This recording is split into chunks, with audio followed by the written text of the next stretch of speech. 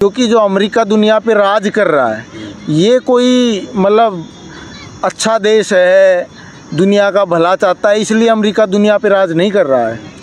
वो गुंडागर्दी से पूरी दुनिया में उसके सैन्य अड्डे हैं, उसके युद्ध पोत अलग अलग इलाकों में खड़े हुए हैं। और अमेरिका मतलब कोई क्षेत्रीय गुंडा होता है, अमेरिका पूरी दुनिया में सबसे बड़ा गुंडा है। इसकी सेकेंड वर्ल्ड वार में हिटलर ने यहूदियों का गैस चैम्बर में डाल के कत्ल किया और मतलब नरसंहार किया।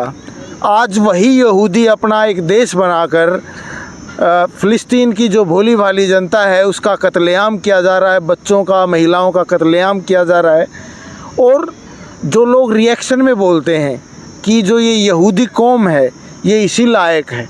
जय हिंद साथियों, जैसा कि आप मेन स्ट्रीम मीडिया देख रहे होंगे और आपको ये समझ आ रहा होगा मेन स्ट्रीम मीडिया देखते हुए, चाहे किसी भी चैनल या सोशल मीडिया आप देख रहे होंगे तो वहाँ पे आप सुन रहे होंगे जैसा कि इजराइल ने सबसे पहले ईरान पर हमला किया आज से 4 दिन पहले, और जवाबी कार्रवाई में ईरान भी जैसे कि लगातार बैलिस्टिक मिसाइल से इजराइल का जो एरिया है तेल अवीव उस पर राजधानी है इजराइल की जो राजधानी है तेल अवीव, जो इजराइल की राजधानी है उस पर लगातार जैसे कि ईरान बैलिस्टिक मिसाइलों से हमला कर रही है। वहाँ के जो बड़े बड़े घर है या फिर बड़े बड़े वहाँ के जो सेना के IDF के जो भी वहाँ पे रहते हैं वो उन पे हमला किया जा रहा है। तो हमारे साथ एक विशेषज्ञ हैं योगेश जी, हम इनसे बात करेंगे और जानेंगे कि इस तरह की घटना क्यों हो रही है। और इजराइल जो है कि लगातार वो दूसरे देशों से कभी फ़लस्तीन को बर्बाद कर दिया उसने, पूरी तरीके से गाज़ा पट्टी को बर्बाद कर दिया, कभी इराक़ पे, कभी लेबनान पे, कभी ईरान पे अपनी मनमानी से हमला करता रहता है। तो इसके पीछे कौन है और ऐसी कौन सी ताकतें हैं जो इसको पूर्ण रूप से सहयोग करती है। तो सबसे पहले आप हमें संक्षेप में अपना परिचय दीजिए और बताइए ये सब क्यों हो रहा है। देखिए, मैं इनकलाबी मज़दूर केंद्र एक मज़दूर संगठन है उसका एक्टिविस्ट हूँ। और ये जो लड़ाइयाँ हैं ये क्यों हो रही हैं, क्या मानवता को युद्धों की ज़रूरत है, मिसाइलों की, बमों की, परमाणु बम की? तो हम देखते हैं कि दुनिया के लेवल पे इसकी कोई ज़रूरत नहीं है।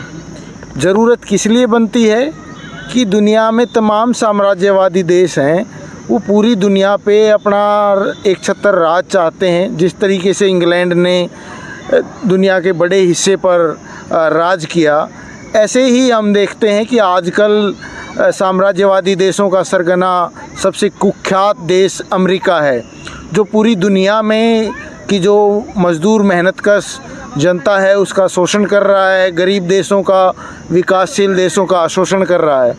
तो ये जो लड़ाई हो रही है, जैसे यूक्रेन और रूस की जो लड़ाई हो रही है, यूक्रेन नहीं लड़ रहा है, वहाँ पे नाटो के जो देश हैं और उसमें भी खासकर कहेंगे अमेरिका, इंग्लैंड, फ्रांस, जर्मनी, ये लोग लड़ रहे हैं। यूक्रेन की इतनी हैसियत नहीं है कि वो इतने दिन तक सरेंडर ना करे। तो कहने का मतलब लोगों को लग रहा है कि यूक्रेन और रूस लड़ रहे हैं, लेकिन हकीकत में नाटो देश और रूस लड़ रहे हैं। दूसरी तरफ हम देखते हैं कि जो इजराइल कर रहा है ना, पश्चिमी एशिया के देशों में जो इजराइल गड़बड़ी कर रहा है। और इजराइल है क्या? इजराइल पश्चिमी एशिया के अंदर अमेरिका का एक लठैत देश है। वहाँ पे जो भी अमेरिका इजराइल करता है वो सारा अमेरिका की सह पे करता है। अमेरिका कोई भी मामला UNO वगैरह में आएगा तो अमेरिका उसको वीटो कर देता है। और हम देखेंगे कि इजराइल को हथियार कौन दे रहा है? अमेरिका। जो सारी रणनीति होती है वो अमेरिका की होती है, काम करता है इजराइल इस पूरे इलाके में। क्योंकि ये इलाका, इसमें मतलब पेट्रोलियम पदार्थ हैं वो बड़ी मात्रा में पाया जाता है, गैस बड़ी मात्रा में पाया जाता है, इसलिए अमेरिका इस इलाके में अपना प्रभुत्व चाहता है कि उसकी कंपनियां इन्वेस्ट करें और मुनाफा कमाएं। तो ये सारा खेल वही चल रहा है। जिस तरीके से हम देख रहे हैं कि इसको गैस चैम्बर में जलाया जाए, मारा जाए, लेकिन वो भी गलत था। और अभी जो ये कर रहे हैं, इजराइल जो कर रहा है फ़लस्तीन के साथ, क्योंकि वो ज़मीन तो फ़लस्तीन की थी। तो ये वजूद में कैसे आया इजराइल? इसके बारे में ये 1948 में फ़लस्तीन इंग्लैंड का मतलब उपनिवेश था और तमाम जो ये पश्चिमी साम्राज्यवादी देश हैं, इन्होंने जैसे ही हिटलर ने कत्लेआम किया उसके बाद इन्होंने मतलब यहाँ पे इसको बसाया। नहीं, एक सुनने में ये भी आता है कि फ़लस्तीन के जो जिम्मेदार लोग थे उसने जगह दे दिया उसको रहने के लिए। कहने का मतलब यही है कि वो गुलाम देश था, है ना, गुलाम देश था, तो जिसका राज था उसने थोप दिया। और भोले भाले लोग भी थे कि चलो भाई ये भी रह लेंगे। उस टाइम पे उतनी आबादी उस क्षेत्र में नहीं थी, लेकिन इन्होंने लगातार ज़मीन खरीद के कब्ज़ा करते रहे। इनकी रणनीति तो पहले से थी, 1948 के पहले से थी। आप देखेंगे कि इज़राइल का जो डेवलपमेंट है, पहले इन्होंने छोटे छोटे ज़मीनें खरीद के अब वहाँ पे मालिकाना हक लिया और धीरे धीरे ये करते रहे। फिर 1948 में इनको एक इलाका दे दिया गया जो फ़लस्तीन का लगभग 1/4 1/5 हिस्सा था। आज इन्होंने जितना इज़राइल के पास था उससे भी कम इलाका आज फ़लस्तीन के पास है। सारे फ़लस्तीन पे इज़राइल ने कब्ज़ा कर लिया है। और ये कहेंगे कि आपका घर है, आपके घर में 5 कमरे हैं, आपने किसी को किराएदार को 1 कमरा दे दिया। आज हालत ये है कि उसके पास 4 कमरे हैं और आपको 1 कमरे में छोड़ दिया है। ये हालत बना दी है फ़लस्तीन के साथ इज़राइल ने। तो ये किसके दम पे कर पाया वो? इज़राइल, देखिए बड़े बड़े जो उद्योगपति हैं वो यहूदी हैं और वो इज़राइल को सपोर्ट करते हैं। वो चाहे इज़राइल में रहते हैं, चाहे वो अमेरिका में रहते हैं, चाहे कहीं किसी भी देश में रहते हैं, है ना। तो इन्होंने यहूदी मतलब धर्म के लोगों ने ये देश बसाया था। एक सोच के लोग थे, है ना, जियोनिस्ट जिनको बोला जाता था उस टाइम पे। तो मतलब वो लोग सपोर्ट कर रहे हैं। और आजकल देखा जाए तो अमेरिका इनको बड़े लेवल पे सपोर्ट कर रहा है, या ये जो कर रहे हैं वो अमेरिका करवा रहा है। आप ये बताइए, जिस तरीके से फ़लस्तीन के गाज़ा पट्टी को इजराइल के लोगों ने बर्बाद कर दिया, पूरे घर थे उनको तबाह कर दिया, वहाँ की ज़मीनें धीरे धीरे कब्जा कर रहे हैं ये लोग अब। और ये लोग कभी लेबनान पे, कभी इराक़ पे, और फिर इन्होंने अभी 4 दिन पहले बिना मतलब का इन्होंने जो था कि ईरान पे बैलिस्टिक मिसाइल थे, वहाँ का जो रिफाइनरी ऑयल था वहाँ पे हाइफा पे जो ईरान के अंदर इन्होंने हमला किया, वहाँ भी काफ़ी ज़्यादा लोग नुकसान हुए, काफ़ी ज़्यादा लोग मारे गए। अब लेकिन वही चीज़ जो कि ईरान जो है कि इजराइल पे कर रहा है, तो वो एक विक्टिम कार्ड प्ले कर रहा है। तो इसको कैसे देखते हैं आप? देखिए, जो ईरान के ऊपर हमला किया गया है, इन्होंने पहले भी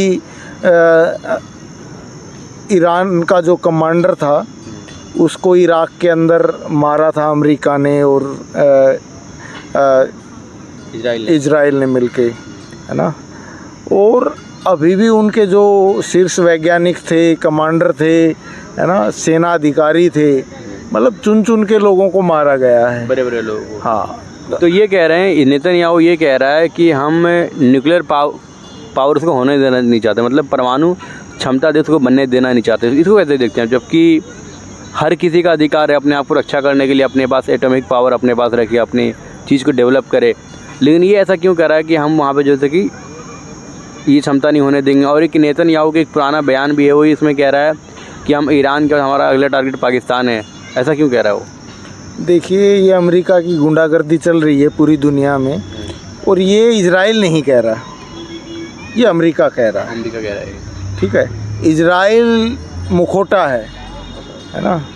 जैसे हम अपने देश में देखते हैं कि अन्ना मूवमेंट हुआ था, मुखौटा था अन्ना, पीछे से केजरीवाल और आरएसएस उस आंदोलन को चला रहे थे।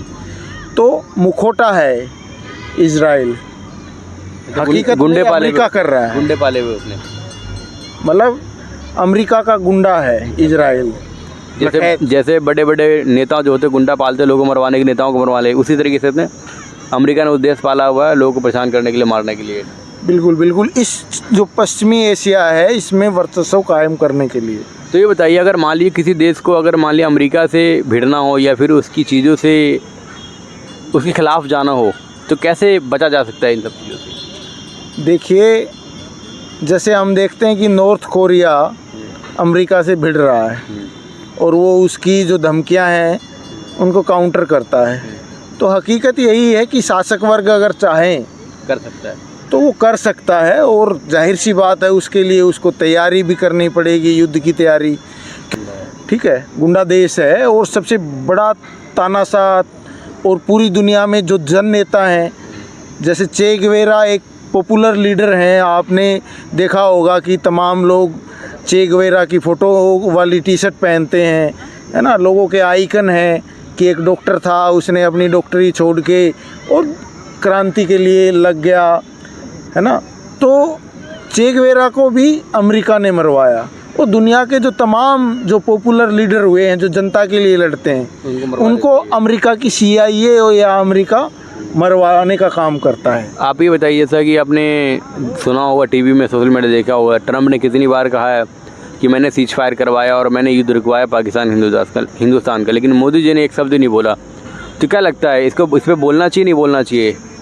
मोदी सरकार के पास रीढ़ नहीं है, रीढ़ विहीन लोग ऐसा नहीं कर सकते।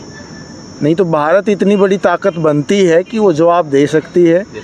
अगर युद्ध शुरू खुद किया था तो उसका अंत भी खुद की मर्ज़ी से ही करना चाहिए था, लेकिन कहीं ना कहीं इन्होंने दबाव में किया है, क्योंकि इनके देखो, भारत के पास अपनी टेक्नोलॉजी नहीं है।